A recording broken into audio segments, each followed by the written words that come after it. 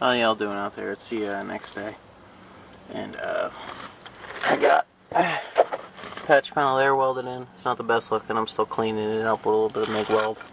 I'm not trying to use filler, and I got the making the patch panel for this now. I'm using for patch metal is the door skin off the '69 Chevelle. Lasted 30 years out in the elements, and it's some pretty tough shit. And I'm trying to grind this undercoating in the actual paint off the back. Kind of hard. So I'll come back when I got this patch panel for back here fitted and just about tack welded in.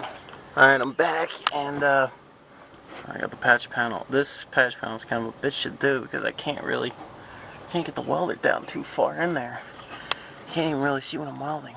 And I know my welds are looking sloppy. This is a new welder. I'm trying to get used to it. And it's one of the flux core shitty ass ones. Should have gotten a dual rig, but it was free. What can you do? This is a little uneven, so I got a patch panel made right there now. What was kind of nice was this rusted out so much to where it was clean. I was actually able to get back here with the sandblaster and get it all cleaned out and cut off some excess. Not a lot. But I'm still going to sandblast inside there, and probably before I go to put the patch panel over this, I'm going to put a layer of tiger hair inside here so it won't keep it all clean. I don't know. Damn, I need new gloves. But there's so far. Got this fixed, a little mishap with the double wall steel. Need some cleaning up still, but I'm gonna get the patch panel made for in there too. I gotta tear the carpet up so I don't burn it. Get the fiberglass piece pushed out of the way, but I don't know. So I'll be back. Alright, I got the piece off. Now let's see what's inside here. Oh god. Looks like undercoating. Ooh, I see daylight. And there's the... That's what I call right there. That's hack. That's fucking half-ass. Oh, that big of a piece of fiberglass. That's just the one gigantic chunk of tiger hair there. That isn't right. That's just... looks like I gotta get in here. Do a little... That's seam sealer. Do a patch panel here too. Gonna move all the wires out of the way and get it all cleaned up so the weld will stick. What? Well, at least I know. Alright, so I'm getting some of it cleaned out. I noticed some sandblast media got in here, and I was vacuuming out. And what I noticed was that somebody did was it wasn't a stupid idea, but it was it was kind of a good idea what they did. I'm guessing there was some rust here on the floor pans because as I'm peeling up the tiger hair, where it didn't stick, it wasn't too bad. Just needs, like, here's an area right here. Peel this up and we can see, like, they put fiberglass on here, and I looked under it. It's actually pretty solid. I mean, I guess they just did this to prevent the rusting from happening. That's just stupid. Whatever they did. Like, you can see, like, the insulation's all bad on here and everything. Yeah, it doesn't look like the floor pans too. Like, I'm peeling this back now. Yeah, looks like the floor pan was pretty solid. It's just, yeah, they just used it to seal it up. I think it's because this car, when I bought it, had a water leak in here. So to keep it from further rusting, they laid fiberglass filler down to kind of waterproof it, whatever. But I'm gonna clean it up a little bit, and I'm gonna shoot some more. Maybe shoot it with undercoating again, or some heavy-duty spray paint, because you can see, it's factory paint there and then undercoat.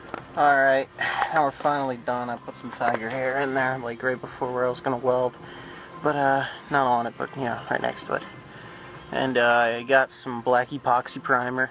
Just put it in one of my guns and sprayed it all inside here to seal everything up. Then I'll probably, let that sit. So I'm hoping the epoxy primer will, keep it waterproof and all and seal it. So, there you go. First wave of the patch panel. Got the inside patch done now. And the next day I had to leave and go help a friend with his car. Now it's 92 degrees out. And it's rained this morning. It's pretty fucking hot and humid, and you know when it's hot when you see me wearing shorts. So today, I'm doing the patch panel, and one thing you want to do is, they don't remake this piece. There is no reproduction part for it, or when I can order from year one, they don't make it, so I gotta make my own.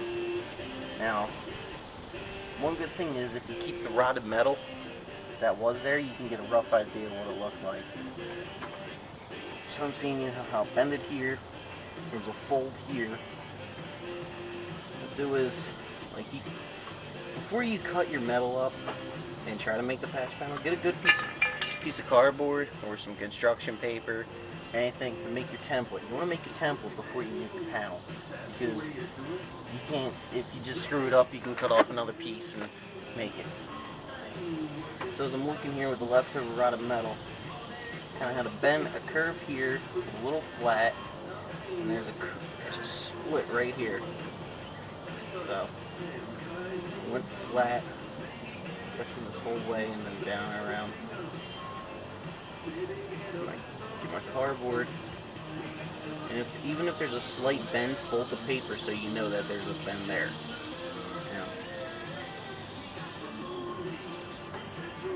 Put that up there. Put this here, and we know that it folds.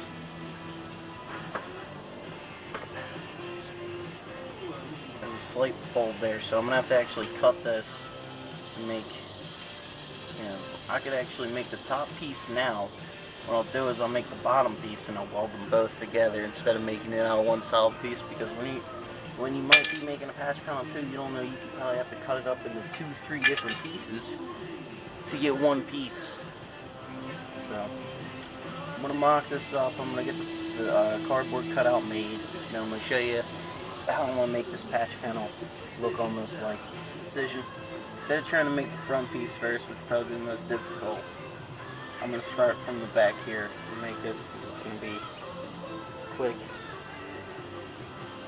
Bend like that, probably get some metal, put it there, and then all I have to do is just get a flat, maybe a little bit of curves, get a flat piece of steel right here, and weld it in from inside there. So, let's start fabricating. So I decided, instead of taking it down to the bottom of my driveway and beating it with the curb, made a mark where that's bent. I got my vice grip and lined it up with that and bent it little by little until I had a firm enough line. And if you can see, I don't know if you can see that. Can't. Let me just pick up this fucking camera.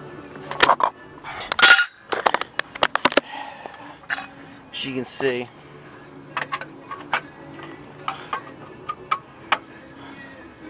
it's about close.